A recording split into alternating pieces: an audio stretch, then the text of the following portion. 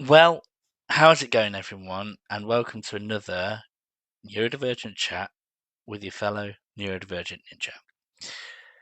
Now, there's something I want to talk about here, and a lot of the pieces that I've spoken about have been to do with the autistic side of me being neurodivergent. And that's understandable. It's kind of the majority of the part of me. I'm going to be doing a piece that's still a part of me, but perhaps not quite as prevalent. And the best way to describe it is to talk about it in terms of something that I went to yesterday. I went to a music gig, a rock concert. Absolutely fantastic. Honestly, adored it. Adored my time there. But it was strobe lighting and rapid flashing lights. Yes, as well as being autistic, I am epileptic. Now, thankfully, I'm okay. Thankfully, I managed to work out strategies just in case this happened so that I didn't put myself in harm's way. But it's something that I want to raise in terms of accessibility at rock concerts or any sort of concerts. Now, I don't see the danger of strobe lighting. I seem to be fine with that, but I do struggle with the rapid, real rapid flashing lights, particularly if you don't know where they're coming from. And the question is, okay, yeah, we've probably put in ramps and maybe even sensory rooms to help those with disabilities and to make the venues and the concerts accessible for all.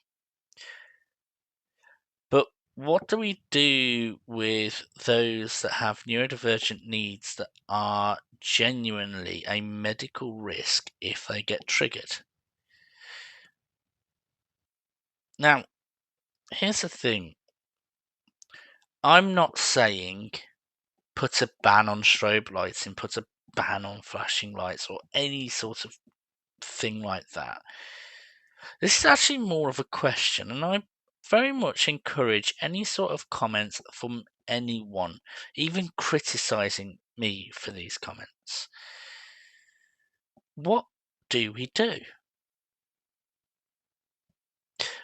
The first thing is, what is the purpose of strobe lighting and flashing lights? And I suppose, especially for a rock concert, particularly the rapid flashing lights, you want to try and, I'm guessing, give over the impression that it's real heavy rock riffs that we're doing right now, and the flashing lights are meant to enforce that. And I don't know. I don't see how that does it, but that's literally the only reason I can come up with. So let's say it is the only reason that it's to do that. Why can't they just use more dangerous colours? You know, maybe doing standard lighting when they're doing standard music, and then it goes really dark and really red and really. You see what I mean? Now, I I'm sort of on the fence myself. Like I say, I develop strategies in dealing with it, so I'm like sort of like this. But this is more out to all rock bands, all venues, all concerts, because I'm pretty sure no one wants to be in a situation where someone is having a medical episode. And the fact is, okay, you're putting up a warning of strobe lighting, or you're putting up a warning for flashing lights. Could more be done? could something be looked into as a different way of getting the intended effect over without having to do flashing lights or strobe lights? Because at the end of the day, this is a way of making things easier for everyone. Right? Let me just try and throw this out there. Imagine myself or someone else had had a seizure from the strobe lights, from the flashing lights. Now, what would have happened? At the very least, the fans around that individual would have been sort of screwed over, messed up, having to deal with that situation. A steward nearby would have had to, at the very least, handle the situation. That would have been an extra job for them. Remember, it was also a Friday night.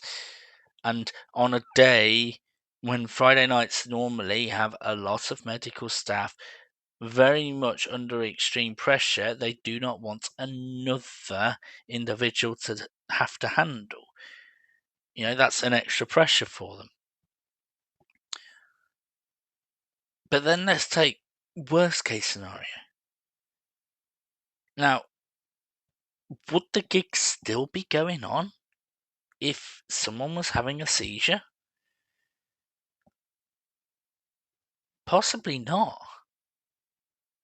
And then you've got the fans around the stadium, the stands, potentially being upset with that individual for inconveniencing their lives if they don't know the full story, or then feeling rough because they do know the circumstances, and then that medical episode has killed the mood of everyone in that stage, everyone in that stadium, everyone in that arena.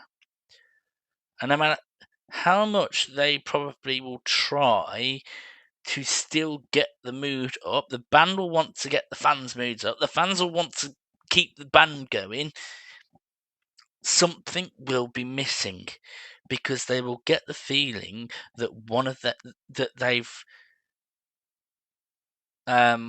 inconvenienced, that it's caused distress to one of their own.